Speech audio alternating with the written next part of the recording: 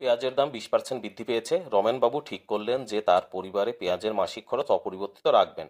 তাই তিনি প্রতি মাসে পেঁয়াজের ব্যবহার শতকরা কত কমাবেন হিসাব করে লেখো। তাহলে এখানে প্রথমে দেখা যাচ্ছে যে পেঁয়াজের দাম 20% বৃদ্ধি পেয়েছে।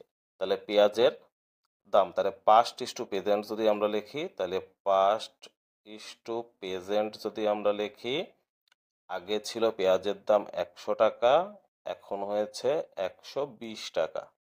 তাহলে অনুপাতকে ছোট করি, আমরা পাই 10:12। তাহলে পরবর্তীতে বলছে যে শতকরা পেঁয়াজের ব্যবহার কত কমাবেন।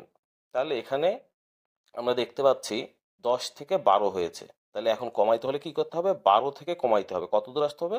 আগের অবস্থানে, তার মানে 12 থেকে 10-এ আসতে হবে। তাহলে 12 থেকে 10-এ আসতে হলে কমাতে হবে কত? 2।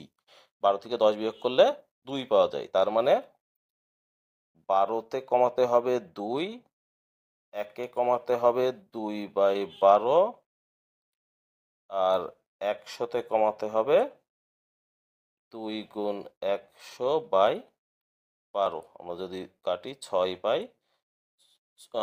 6 দিয়ে 100-কে ভাগ করলে আমরা পাবো 16.66।